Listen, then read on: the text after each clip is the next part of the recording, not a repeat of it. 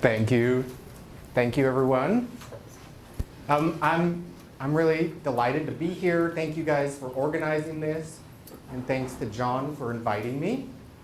I'm a vertebrate paleontologist, right? So I study animals of the past, and specifically I study vertebrates of the past.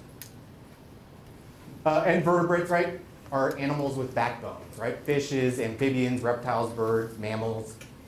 And today I'm going to talk about animals, right? Vertebrates. I'm going to talk about my expertise. These animals, this record of animals in our region, can tell us something about the availability of water, about changes in the availability of water through time.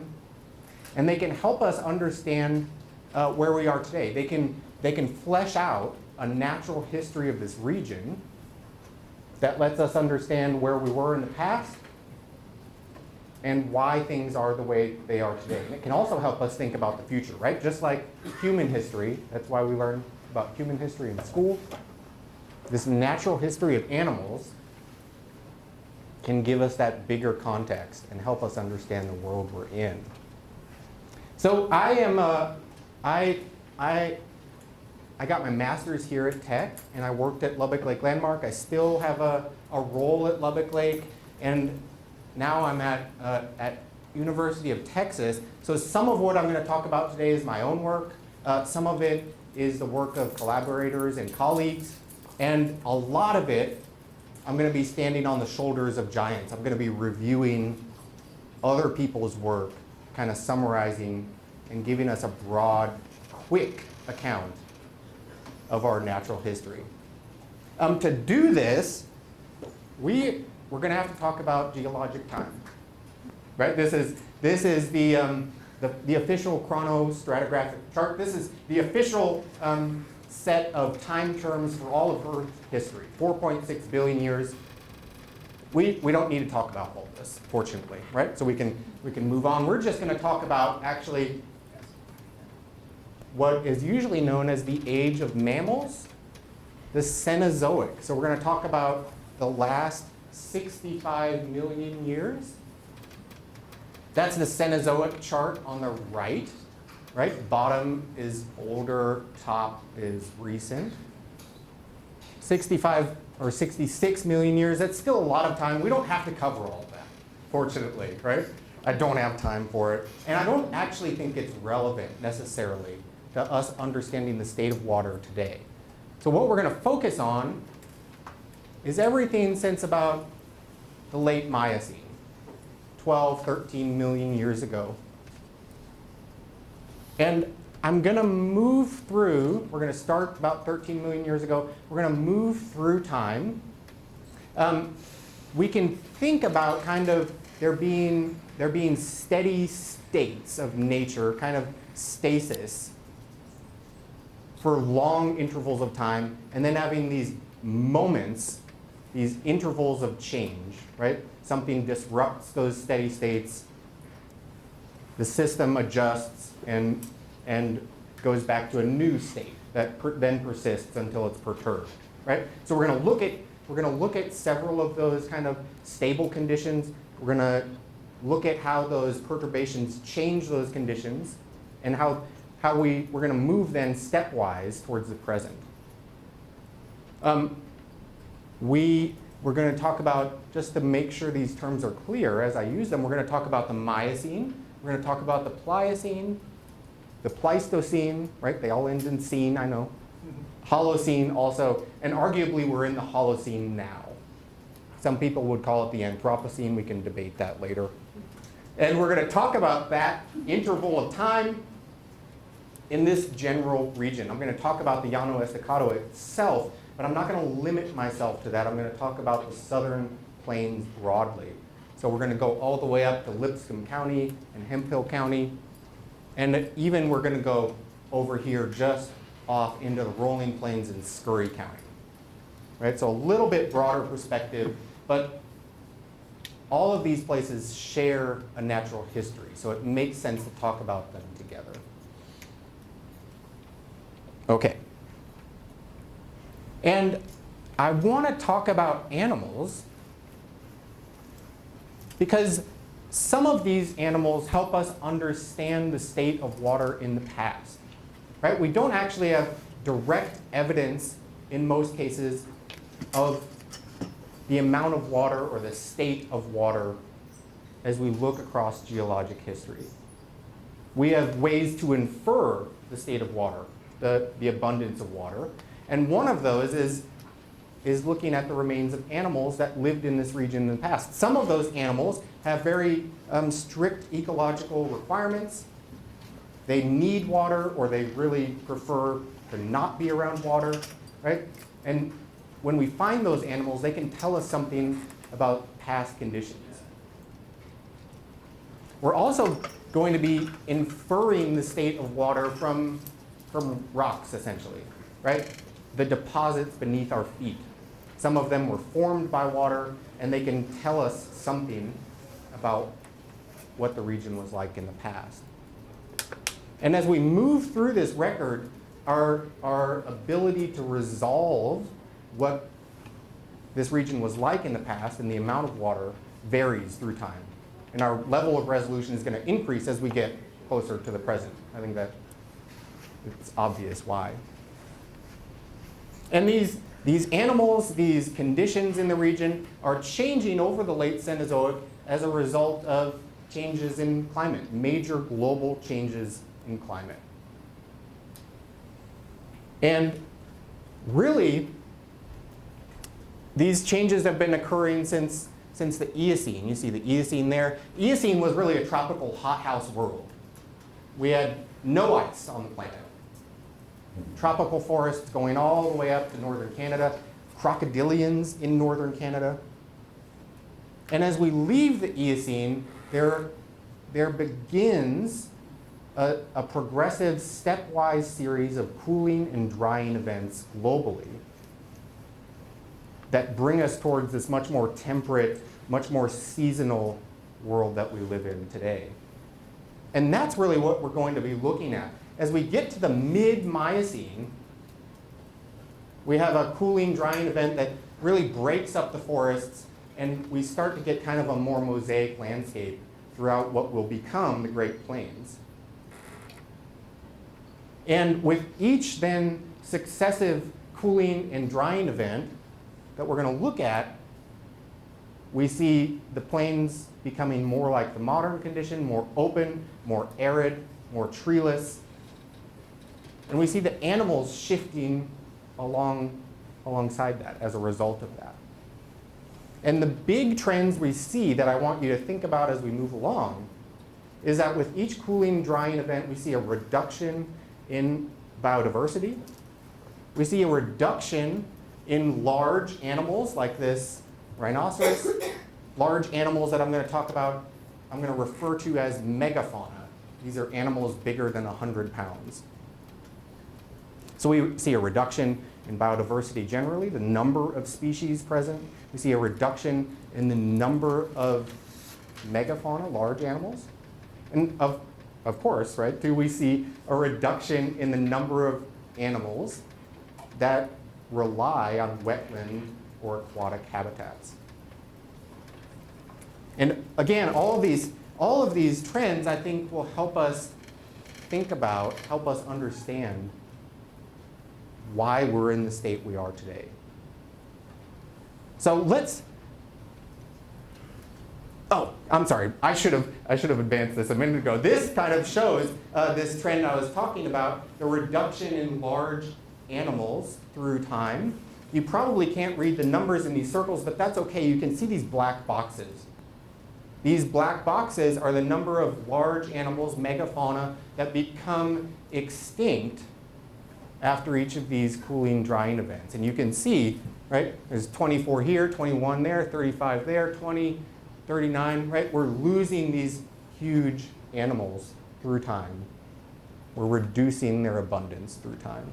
Animals like many of those creatures on your left there, many of those creatures that look very unfamiliar to us Great Plains inhabitants today. Okay, so I think now, right? Yes, good. Now we're back. We're going to begin our kind of skip through time. So we're in we're in the mid or early late Miocene, 12, 13 million years ago. This is where I want to start because here we're really getting to the literal foundation of the Southern High Plains. This is when the Ogallala Formation is forming. So 12, 13 million years ago, we have kind of the final uplift of the Rocky Mountains. As that bare, barren rock is being exposed and pushed upwards, it's exposed, it's eroding, and there is a lot, massive amounts of sand and gravel coming off of those mountain slopes to our west and moving, being transported through streams, rivers, creeks to the east. Through these braided river channels that were moving across this region, braided river channels kind of like what you can see on the left. So we're having massive amounts of sand and gravel moving to the east from the Rocky Mountains. That sand and gravel is filling these drainage channels over long periods of time. But the water keeps going, so the water moves to an adjacent channel. That channel gets filled with sand and gravel, right? And so we're building up these huge, thick layers of sand and gravel. Layers of sand and gravel like you can see in this cross section here of the Ogallala Formation. And in that way, we're building up the literal foundation of our region, and we're setting up the conditions for us to have the Ogallala Aquifer today. So this is a really critical time in terms of the formation of this region, right? This huge plateau that we're on top of now doesn't exist yet. It's beginning to form. And of course we have animals here, right? There's a little scene, this is actually from Nebraska, but we would have had the same animals here, the same fauna here. And some of these animals are really very interesting. They tell us about the state of water in the past. So here we have this rhinoceros that we saw earlier. This is Teleoceras. This is a rhinoceros that had essentially a hippo ecology, right? So right away we can kind of get a sense of how different this region was. In the past, there were herds of these things, living, spending most of their day grazing on aquatic grasses in these big, broad, braided rivers that are transporting Ogallala sand and gravel into this region. We also have over here, this is a something like a giraffe. It's a giraffe-like camel. Something 12, 13 feet tall, huge animal. These are browsing on the woodlands that are dispersed throughout these kind of savanna grasslands that existed in the region at the time. And then we also have proboscideans, so relatives of elephants. These are not elephants, they're not mammoths, they're not mastodons. There's something called gomphotheres. But most of these are also browsers, meaning that they're eating tree leaves, they're eating fruits, they're eating other seed-free plants. And they tell us that there are woodlands in this region, right? So we have these braided rivers, we have these woodlands, a very different condition than really any time since. And at a critical time for our understanding of this region. And these animals, most of these species I just talked about, we lose in two extinction events linked to cooling, drying climatic events at the end of the Miocene and then in the Pliocene. So at about 7 million years ago and then at about 5 million years ago. So at 7 million years ago, we lose these giraffe camels, and we begin a trend that's shown in this diagram on the right. We have decreasing amounts of water in the region. We have changing habitats as a result. We start to decrease, if you look at this diagram, this smaller diagram within the larger diagram, we have decreasing amounts, abundance of herbivores that are feeding on trees, right? Suggesting a reduction in the woodland component of the region and an increase in grazers. And that trend persists all the way up to the present, right? So suggesting we're gaining a more open, more arid Great Plains as we leave the Miocene and go into the next period, the Pliocene. We actually have another extinction event about 4.5 million years ago. We lose rhinoceroses. We lose a lot of the browsing proboscideans. And at that point, the formation of the Ogallala Formation is pretty complete. So we've built up this thick package that is the foundation of the region, and we're really shifting to a different state, a much more Great Plains-like region. Sorry, but water is still present. I like this illustration from the Panhandle Plains Museum on your left because it has water in it. But also you can kind of see beyond the horses, right? There's no mountains in the background, there's no valleys, right? This is starting to look like a Great Plains at this point in time. One of the things the Ogallala deposits are doing is leveling out the landscape, right? That sand and gravel is accumulating wherever it can in any low spots and starting to give us that topography that we are so familiar with today. So we have these series of cooling and drying events, but in the mid-Pliocene, we actually have an interruption of that broader trend, and we have a very warm, very wet interval. It's usually referred to as the mid-Pliocene warm period or warm interval. It's narrowly defined as about 3.3 to 3.0 million years ago. This diagram on the right is just showing you isotopic data from ocean cores that indicates how much warmer that period was than today. And it's actually a time period that climatologists are examining quite closely today because it provides us with an analog for what the world could be like if we let anthropogenic climate change really get out of control in the next 100 years. It gives us a good analog state. But this time period is very interesting because it is warm, but it's also very wet. It's a particularly wet time period. It's something like 2 to 4 degrees Celsius warmer than pre-industrial, and it's about 7% wetter globally. So it's a really interesting time period to look at, and we can see that it was wetter because there are these enormous lake deposits in the region, and really the most famous one is out in Crosby County. I'm sorry, I wrote Crosbyton County. Crosbyton is the town in Crosby County. Pardon me. But this is Mount Blanco. This is a really internationally famous fossil locality, and the fossils there are embedded in these thick sequences of lake deposits. This was something like a small inland sea out on the eastern edge of the southern high plains. And there we have these animals. On the top is a small horse, something not much bigger. Oh, this extra cord is really getting me. Something not much bigger than a white-tailed deer. This is a little tridactyl horse. Below that horse, which is called Nannippus, is an animal kind of like an armadillo. This is a glyptodont.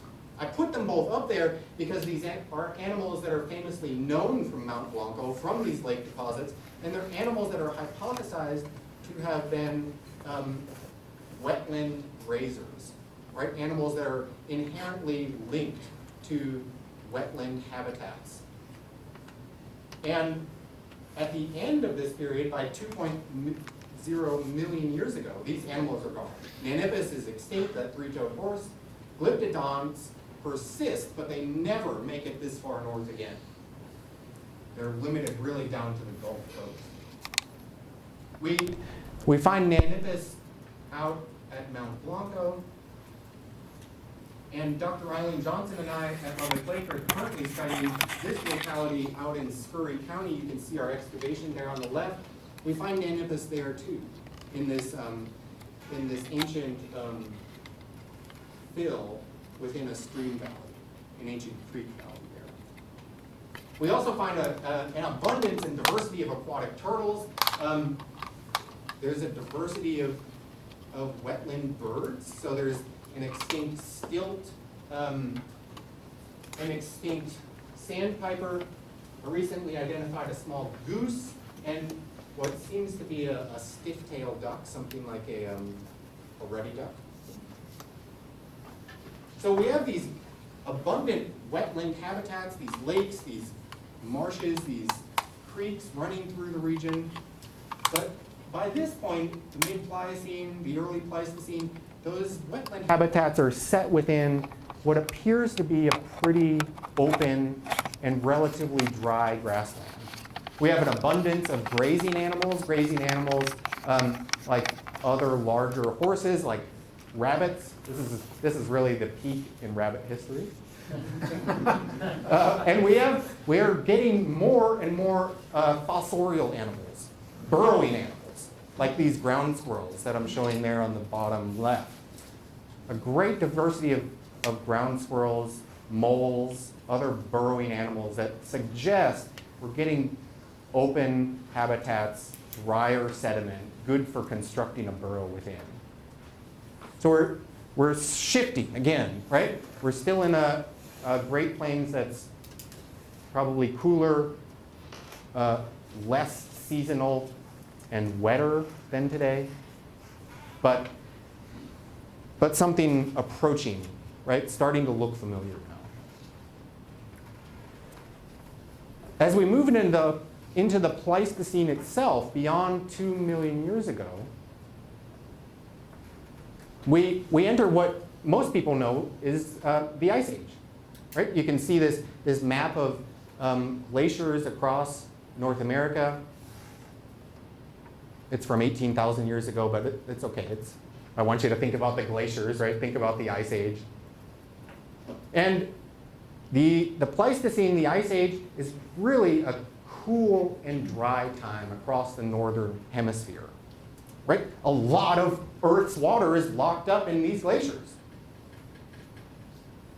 And the Great Plains reflects this. It's becoming cooler and drier.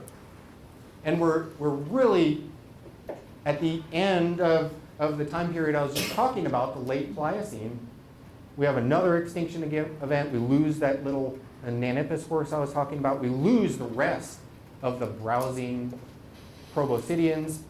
And in their place now we have mammoths. Immigrants from the old world.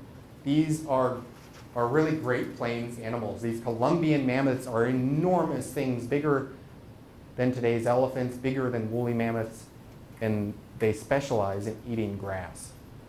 Right? So we have abundant resources for these animals, and we have water too. You can see this little wetland that the mammoths are standing within. And we had this enormous lake out in Crosby County in the mid to late Pliocene. That lake is now gone, but we still have enormous lakes in the region. One up in Briscoe County called the Thule Beds, right? The deposits of these lakes are referred to as the Thule Beds. We don't have names for these lakes, actually.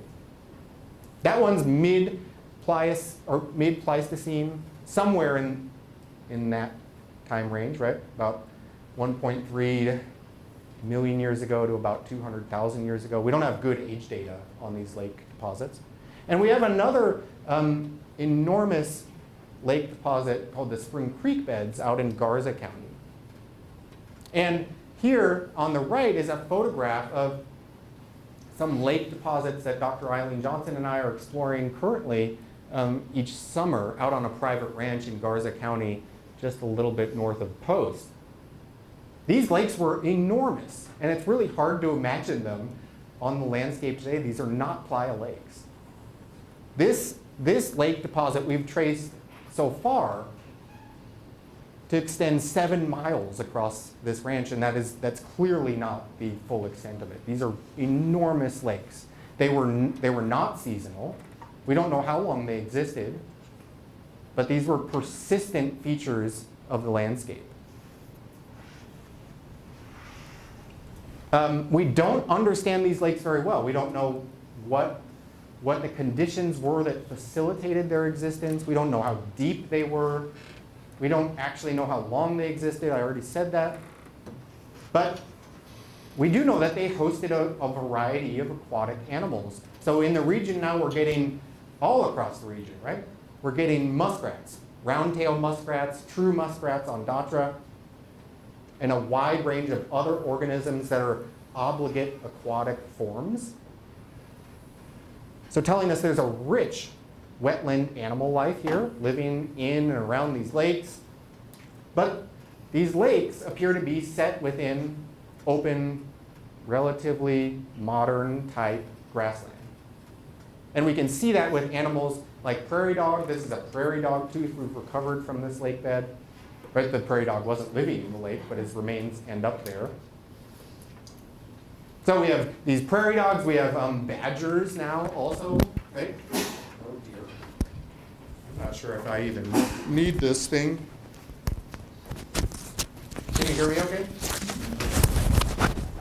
Prevent further distraction. I'll put it in my pocket.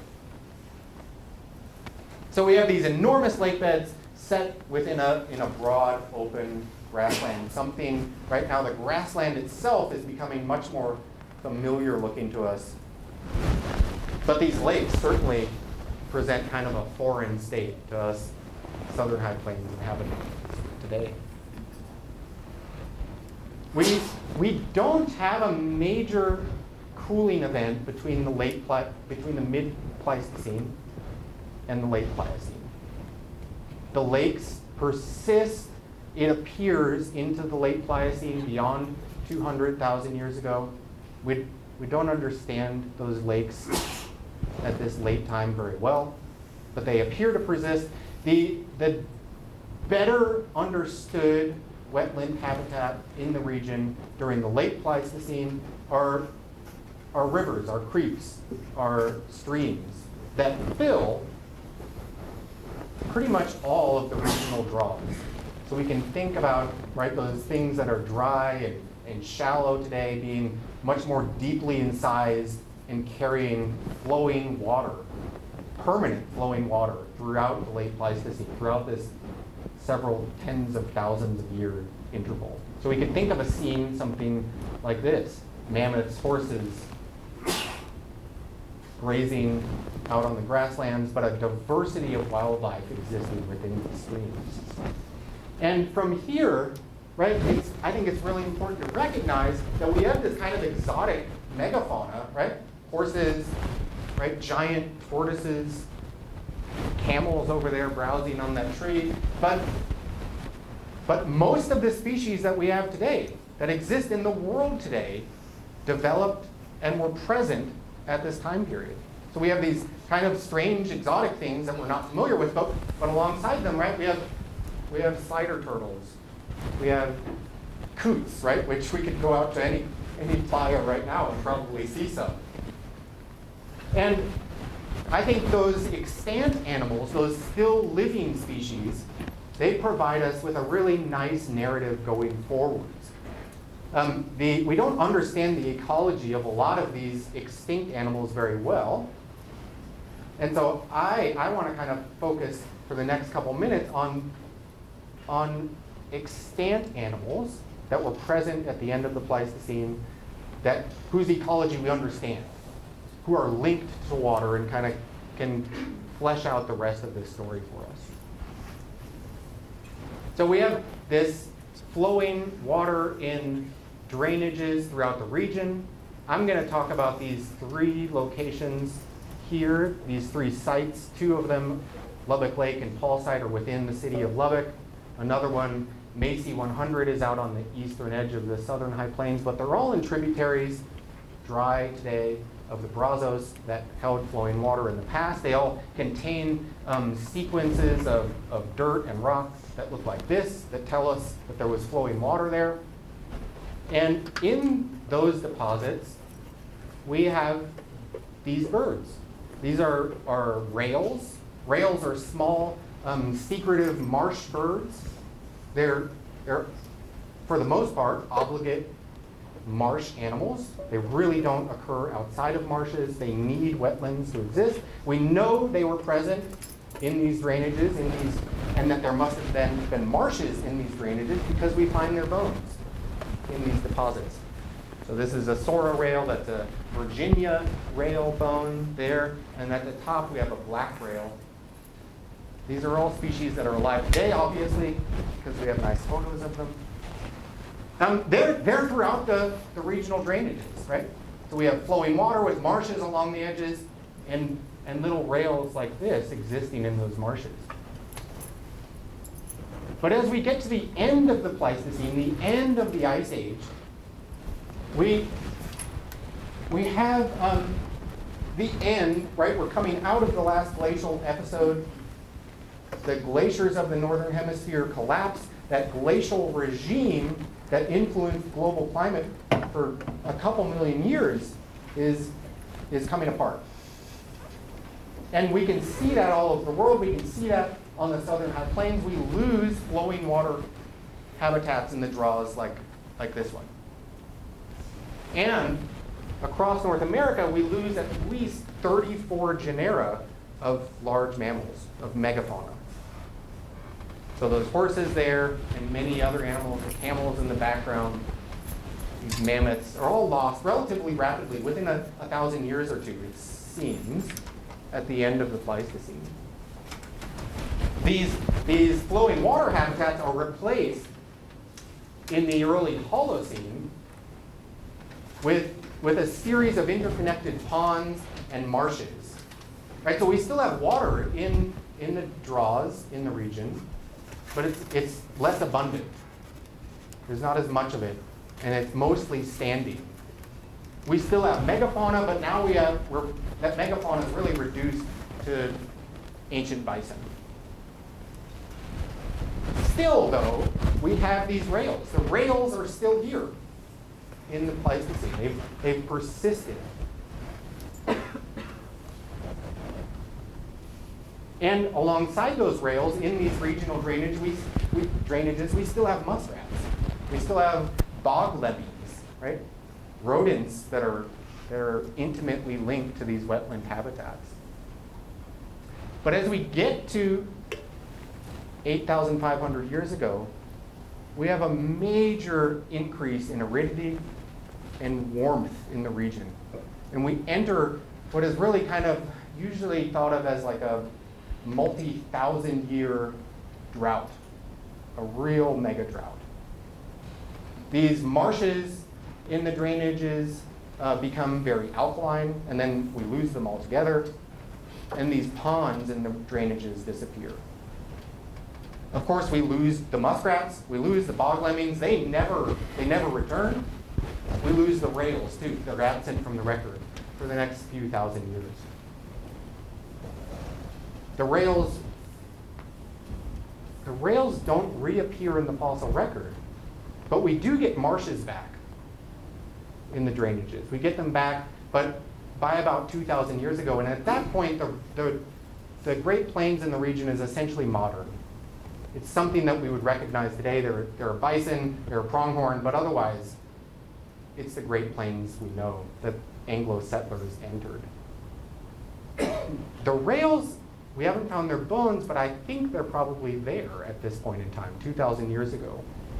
And that's because, I say that, I think that, because the rails are present today. The black rail, the Sora, the Virginia rail, they all occur in what few aquatic habitats we have left, these playa wetlands.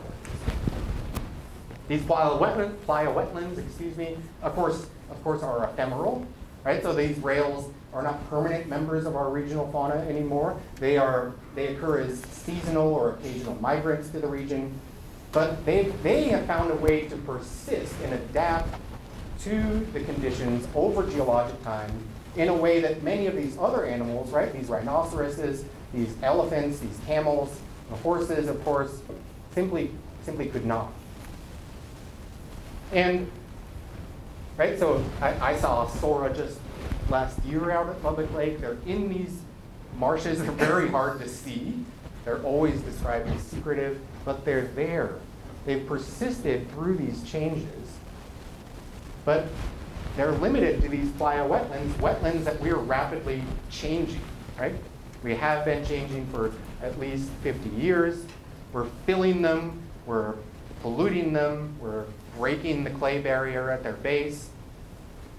And so these rails present a story of resilience, right? Of persistence, of adaptation, but they present us also with an example of how we can undo all of that pretty easily. Right? So that's really the kind of lesson I want to leave you with, and the lesson that I think we can teach others. And by looking at this natural history, we learn, and I hope I've made clear, that what we have today is not permanent. It has not always been like this. It will not always be like this. And the rate of change that is occurring today, that is largely linked to our populations and our behavior, it's occurring so rapidly that we should expect to see fewer examples of persistence and adaptation in the future and more examples of extinction. So I'm going to stop there. Thank you all for your attention.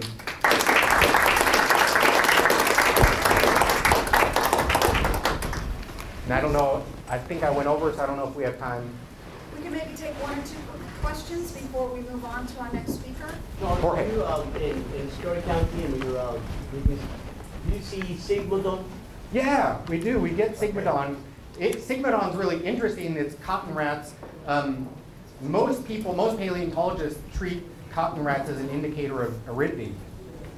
And we actually lose cotton rats for some other portions of the Pleistocene record. And so there's a real question there about if they're really indicators of aridity as we move back through time. I don't know that they are, but they're certainly present. Let's start because I have a student who's looking at Sigmadon phylogenetics. So. Oh yeah, that's great. Yeah. Any other questions? All right, thank you all. All right, well, thank you so